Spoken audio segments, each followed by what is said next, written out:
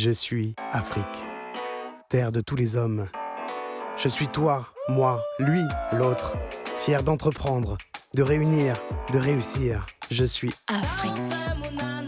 mélange de vie, de langue, de couleurs, de parfums, de goût fort. Je suis libre, créatrice inspirée, sensuelle et vibrante. Je suis Afrique des réussites nouvelles. Castel Beer, tout travail mérite sa bière. Produit par Bralico.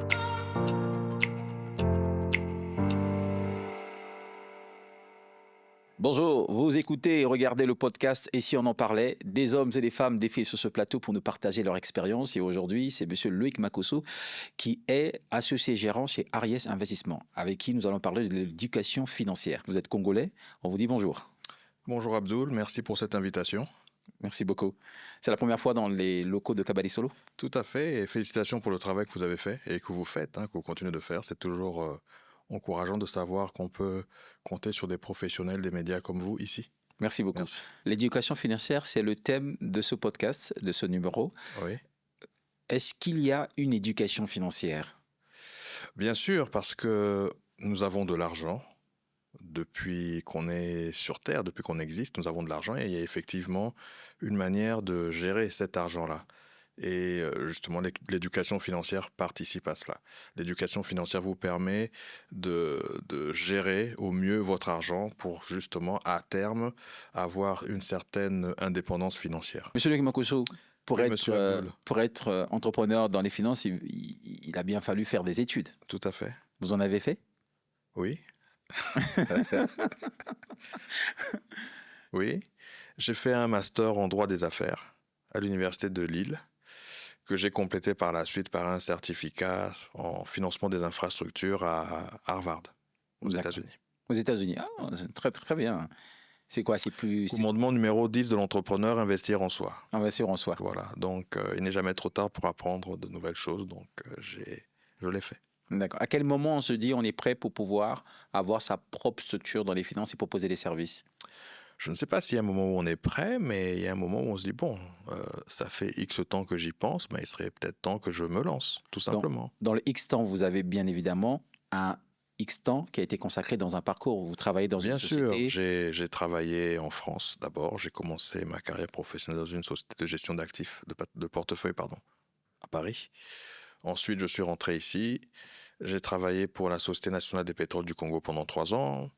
Après, j'ai rejoint la Banque de développement des États de l'Afrique centrale, B2AC, en tant que juriste, où nous avons financé pas mal de projets dans toute la sous-région Afrique centrale. Et à partir de là, j'ai décidé de voler de mes propres ailes et de m'occuper pleinement d'Aries Investissement. Mais Aries Investissement est un projet que je préparais déjà depuis 2005.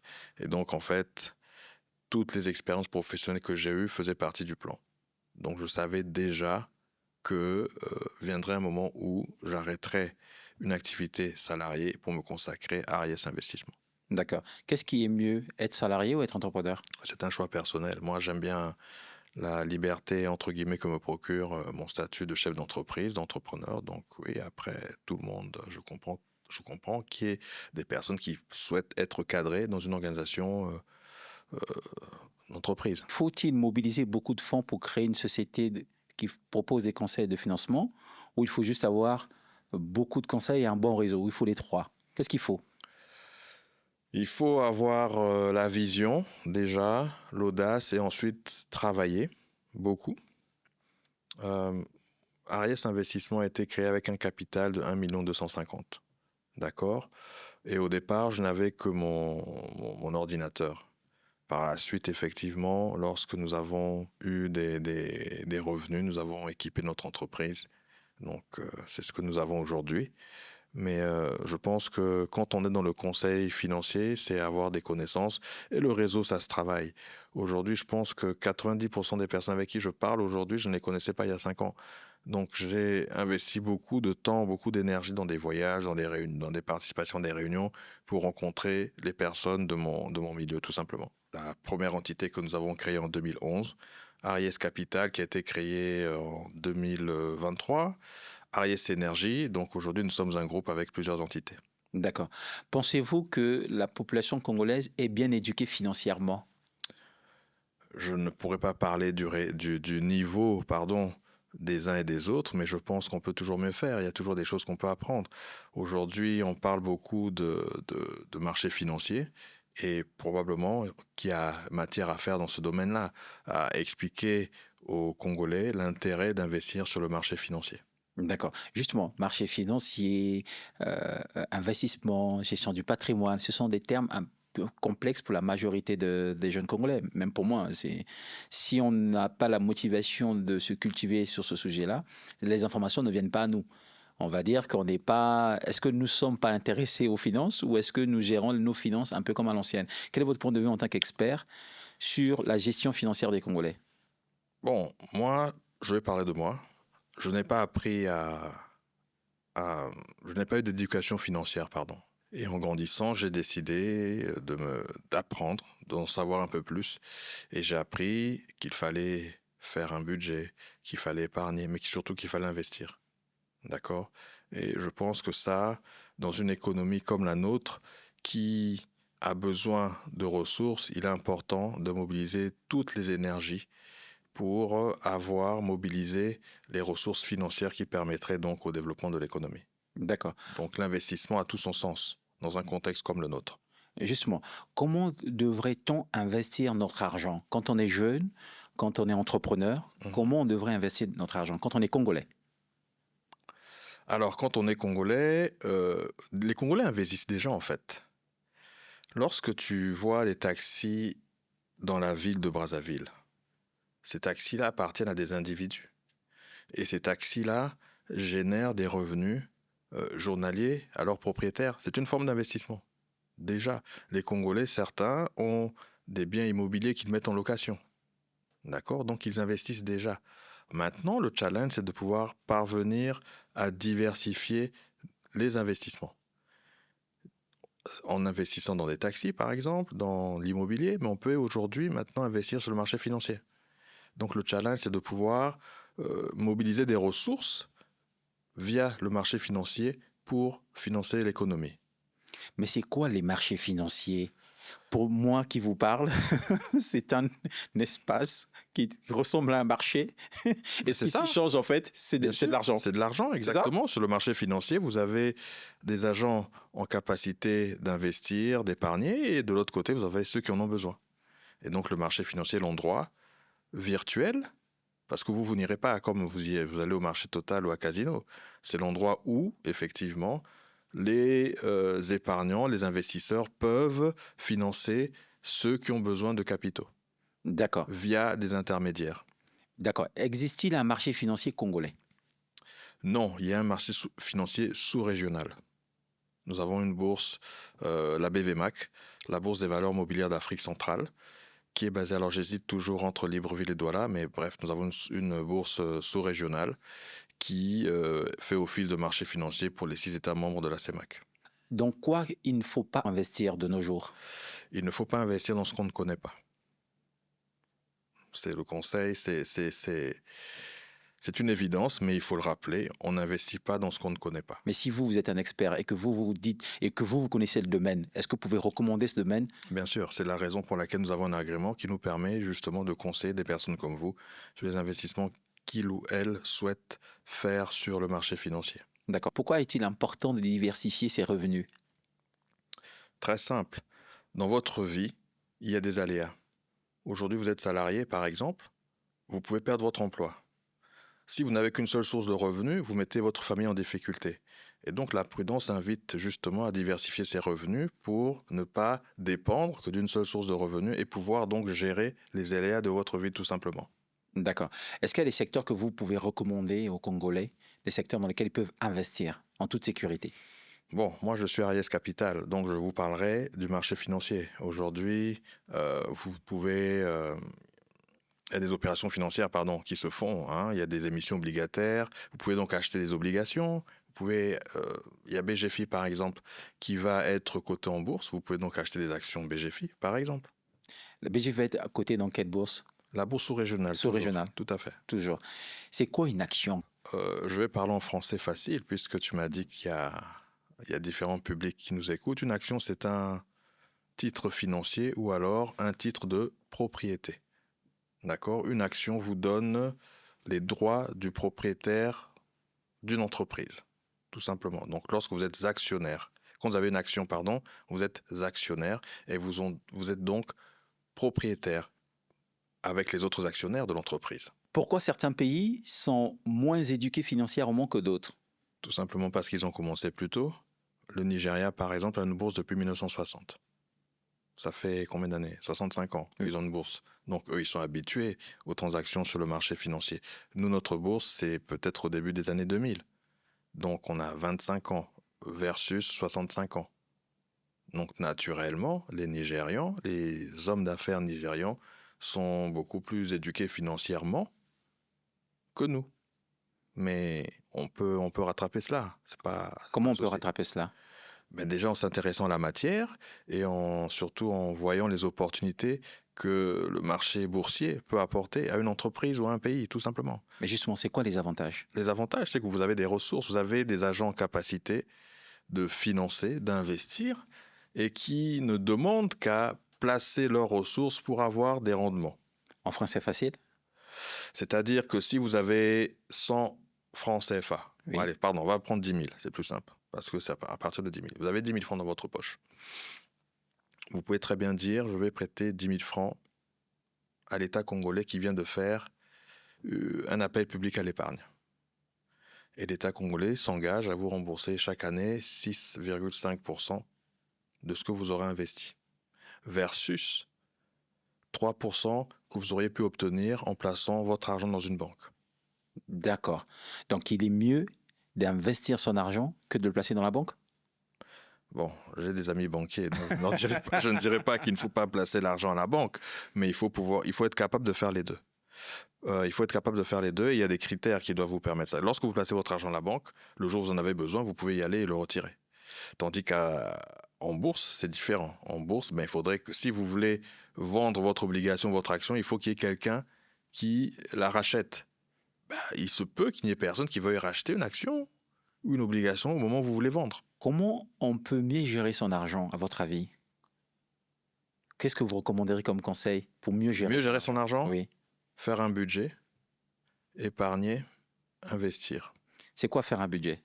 C'est-à-dire que les dépenses que vous faites, vous devez les planifier. D'accord? C'est ça, faire un budget. Faire un budget, c'est de dire, voilà, moi, ce mois-ci, je vais dépenser 100 000.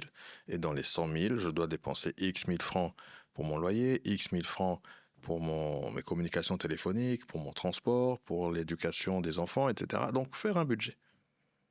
Et donc, s'y tenir au mieux. D'accord. À côté de cela, constituer une épargne et ensuite, investir. Donc, prévoir aussi une portion pour investir, pour permettre la multiplication de vos revenus. D'accord, mais si on n'a pas assez pour investir, comment on fait? Si on gagne 100 000 francs CFA, on investit comment? Alors, il y a une règle. Si vous gagnez 100 000 francs CFA, vous pouvez au moins mettre entre 10 et 30% de vos revenus. Donc, vous pouvez déjà, j'ai dit tantôt qu'à partir de 10 000, vous pouvez investir. Donc, si vous avez 100 000 francs par mois, vous pouvez mettre 10 000 francs. Tous les mois, ça vous fera 120 000 francs en fin d'année pour investir. Donc, chaque mois, vous pouvez acheter par exemple une obligation. Monsieur Makosso, que pensez-vous de l'investissement au Congo d'une manière globale? Je pense qu'on peut mieux faire. Je pense qu'on peut investir plus dans notre pays parce que l'investissement permet à une économie de croître. Et je pense qu'on peut mieux faire tout simplement. On doit pouvoir mobiliser plus de ressources pour investir dans l'économie de notre pays. Donc oui, on peut mieux faire. Et Après, oui. il y a des obstacles qu'il faut surmonter. Par exemple, la diversité ou la faible diversité de l'écosystème financier. Aujourd'hui, vous n'avez que des banques, par exemple, alors qu'on pourrait très bien imaginer d'autres mécanismes pour permettre à des entreprises de financer, d'investir dans l'économie. Vous voyez? Et donc ça, c'est un travail qu'il faut faire. L'État a fait sa part. Il revient également aux entrepreneurs que nous sommes de saisir les opportunités offertes par la loi, par la réglementation pour permettre de diversifier cet écosystème financier. On parle des barrières administratives. Je pense que l'État, depuis quelques années, fait un travail dans ce sens et qui devrait permettre justement de booster l'investissement dans notre économie, dans notre pays. Du point de vue du financier que vous êtes, dans quel état est l'économie congolaise? C'est mieux. L'économie congolaise est en transition. D'accord? L'économie congolaise est en transition parce que pendant plusieurs années, l'économie congolaise a dépendu du pétrole, de ses revenus pétroliers. Et donc, quand ceux-ci baissent, naturellement, ça affecte l'économie dans sa totalité, dans son entièreté. Et donc, quand je dis que l'économie est en transition, c'est-à-dire qu'il va falloir shifter, partir d'un modèle tout pétrole vers un modèle beaucoup plus diversifié. Diversifié, oui. Tout à fait. Donc, c'est ce travail-là, c'est dans cet état-là qu'on est aujourd'hui. Et donc, naturellement, quand on est en transition, il y a un temps d'adaptation. Tout à fait. Vrai. Est-ce que cette transition est facilitée? La transition est organisée, c'est-à-dire que les décideurs, les autorités de notre pays travaillent sur justement une meilleure diversification de l'économie. Je vais te donner des exemples. En 2022, le Parlement a adopté la loi sur le partenariat public-privé, qui permet à des entreprises privées de suppléer l'État sur certaines thématiques, sur certains investissements, notamment dans les infrastructures. Ça veut donc dire que l'État peut demander à une entreprise privée, par exemple, de construire une infrastructure de production d'électricité. D'accord. Avant, c'était pas possible. Pendant des années, c'est l'État qui le faisait. L'État peut très bien demander à une entreprise privée de construire, d'opérer une route entre Brazzaville et Pointe-Noire, par exemple.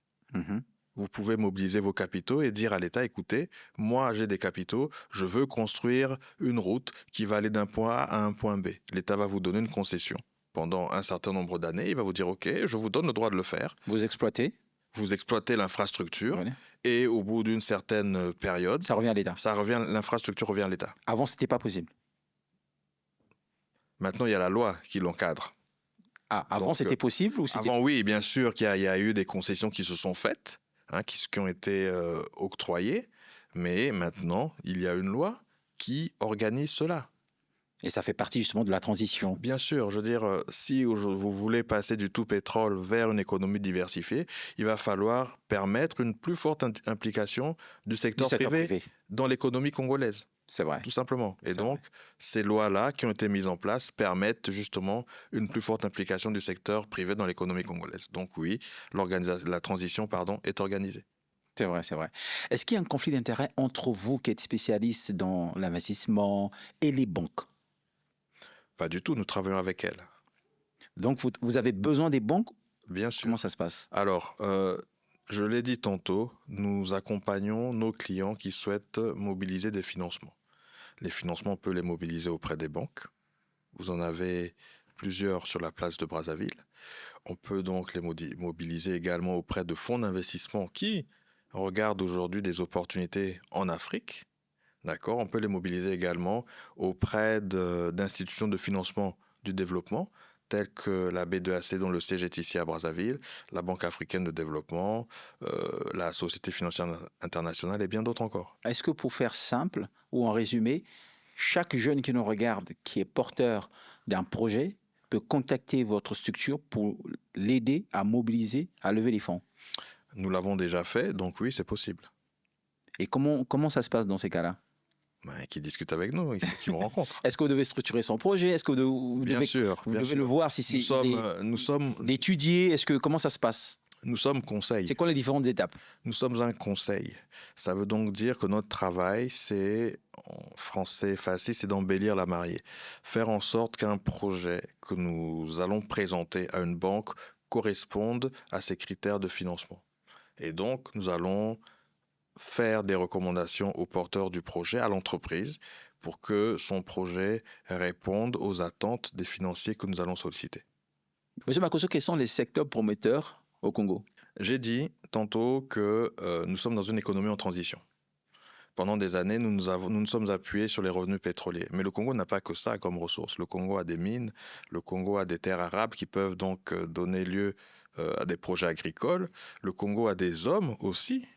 Et surtout, ça, c'est la première richesse d'un pays. C'est vrai. Donc, il y a beaucoup de choses à faire. Je veux dire, les infrastructures, il faut produire plus d'électricité, il nous faut des routes, il faut de l'agriculture, il faut développer le secteur minier. Bref, il y a du travail et qui nous permettrait donc de diversifier notre économie. D'accord.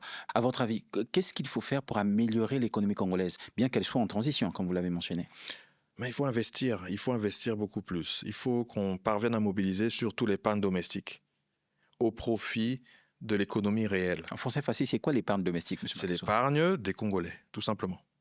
D'accord. Les Congolais ont peut-être de l'argent dans des banques, ils ont peut-être de l'argent même À la maison, à la maison, sous le...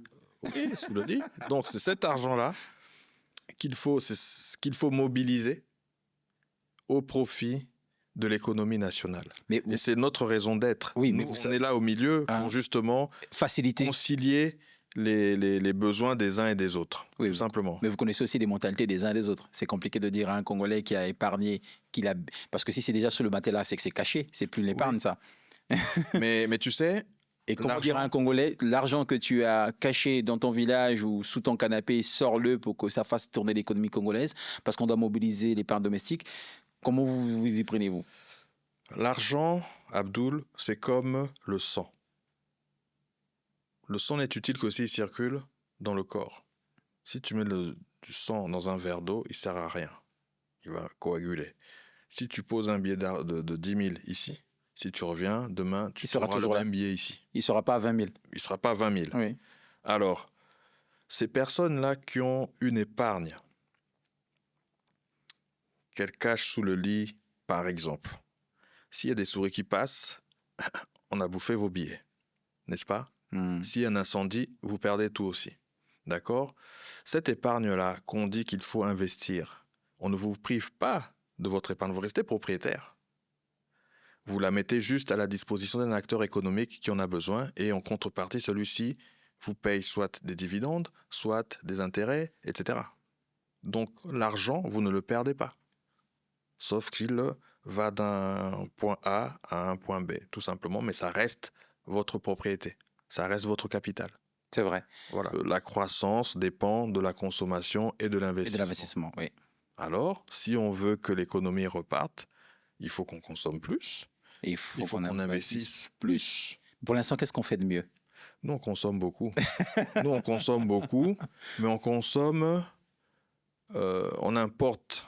Enfin, on Dans notre consomme consommation, dans notre consommation on consomme pour beaucoup nourrir les économies d'autres d'autres pays. puisqu'on ne produit, on pourrait produire beaucoup plus beaucoup ici, c'est vrai. d'accord? Mais on ne le fait pas, donc on est obligé d'importer. Ça, c'est un cours d'économie résumé. C'est consommation, investissement. Donc, Pour la investissement. croissance. Pour la croissance. Le problème, c'est qu'on consomme, on investit un peu moins, on consomme, mais on consomme beaucoup plus ce qui vient de l'étranger. C'est ça. Donc, il faut produire beaucoup plus pour consommer beaucoup plus Il faut qu'on produise local. ici, mais pour que toi tu produises, Oui, il faut que tu aies des capitaux. des capitaux. Pour que l'agriculteur développe une exploitation agricole, il lui faut des capitaux. Il faut des capitaux. Et les capitaux, on va les chercher où?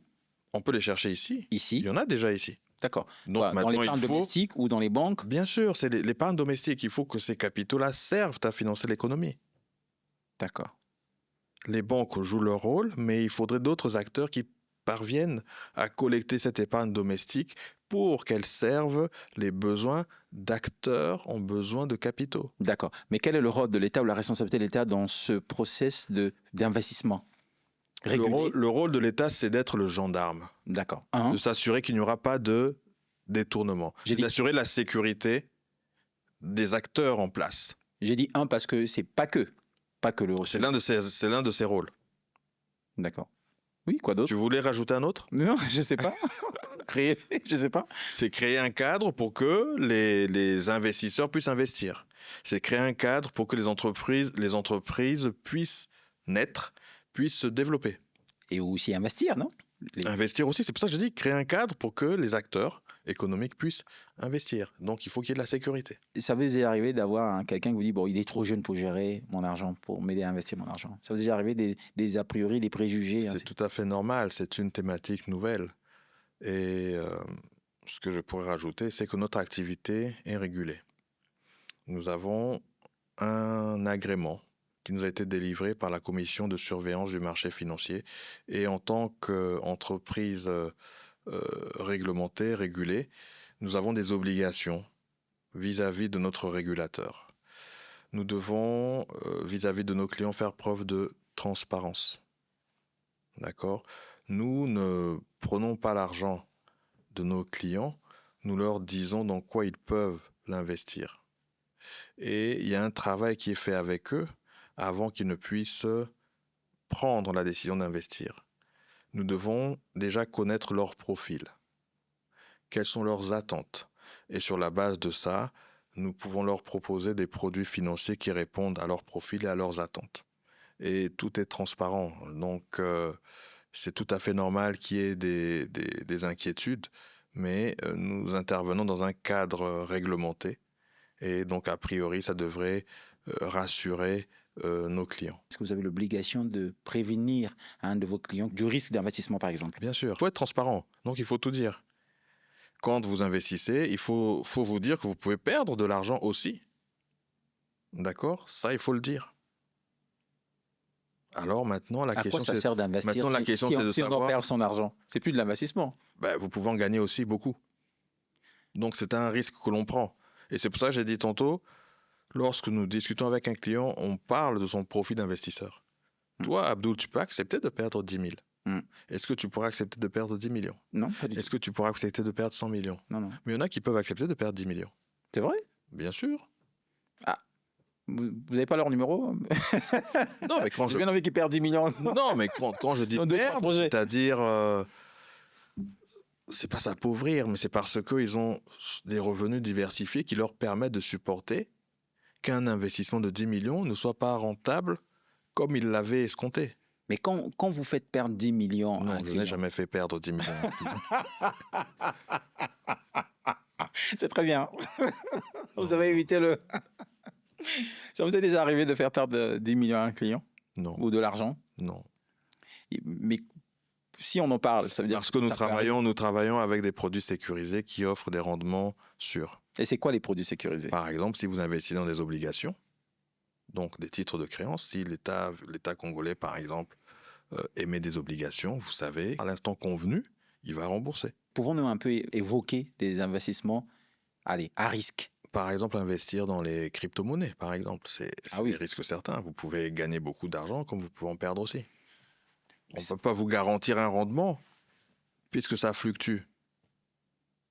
N'est-ce pas? Il y a des gens au Congo qui investissent dans la crypto? Il doit y en avoir, il doit y en avoir, mais Mais moi, vous je les connais pas. déconseillez ça, quoi. Pardon? Vous déconseillez ça? Je ne peux pas déconseiller ça. Tout dépend de l'appétence au risque. C'est-à-dire, vous avez des personnes qui sont très riscophiles, qui peuvent prendre un certain nombre de risques, et il y en a d'autres qui sont réticentes, beaucoup plus réticentes, ou riscophobes. D'accord? Donc, en fonction de votre profil, on va vous présenter le produit qui vous convient. En fonction de votre aversion au risque, on vous présentera le produit qui correspond à votre degré d'aversion au risque. D'accord. À votre Si avis, vous voulez un placement de bon père de famille, entre guillemets, on vous proposera des obligations. quelle est votre pire expérience en tant que conseiller financier? Bon, il est arrivé que nous ne puissions pas aller dans le cadre des opérations que nous conseillons en tant qu'Ariès Investissement. Parce que je t'ai dit, hein, il y a deux choses, il y a deux entités. L'entité qui travaille sur le marché financier, c'est Ariès Capital, qui est régulée.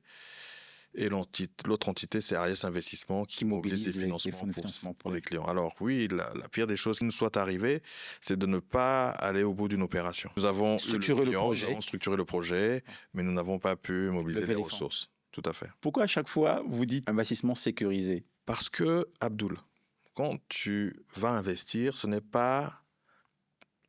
Voilà, je vais te donner un autre exemple. Quand tu prends l'avion, tu veux être sûr que tu vas arriver à destination, n'est-ce pas? Oui. Mais c'est pareil pour un investissement. Quand tu investis, tu veux être sûr que tu vas retirer des bénéfices de l'investissement que tu fais. Alors, pour cela, il faut qu'il soit sécurisé. Il faudrait que tous les acteurs qui participent à la chaîne soient transparents pour que tu puisses avoir la bonne information et surtout que tu ne cours pas le risque de perdre de l'argent. Faites un budget, épargnez, investissez, diversifiez vos revenus. Très bien. Voilà. Merci beaucoup, Monsieur Loïc Makosso, d'avoir répondu à nos questions. Merci pour l'invitation et j'espère avoir éclairé vos lanternes. Ah oui, c'était tout un cours. On a beaucoup appris. Merci. Ceux qui veulent vous contacter, c'est simple, LinkedIn. Mais ceux qui veulent contacter Ariès Investissement. LinkedIn aussi. LinkedIn aussi. Après, si vous voulez me voir physiquement, je peux vous donner tous les rendez-vous tous les matins. là où tu sais, au bootcamp, à 5h30. Exactement. Ça, c'est sans rendez-vous. Merci, monsieur Luc Makosso. C'est moi, Abdoul. Merci à vous de nous avoir écoutés, de nous avoir suivis. N'hésitez pas à poser vos questions en commentaire, on va lui transmettre. Et merci. Abonnez-vous sur notre chaîne YouTube et sur les réseaux sociaux. À la prochaine. Merci, au revoir.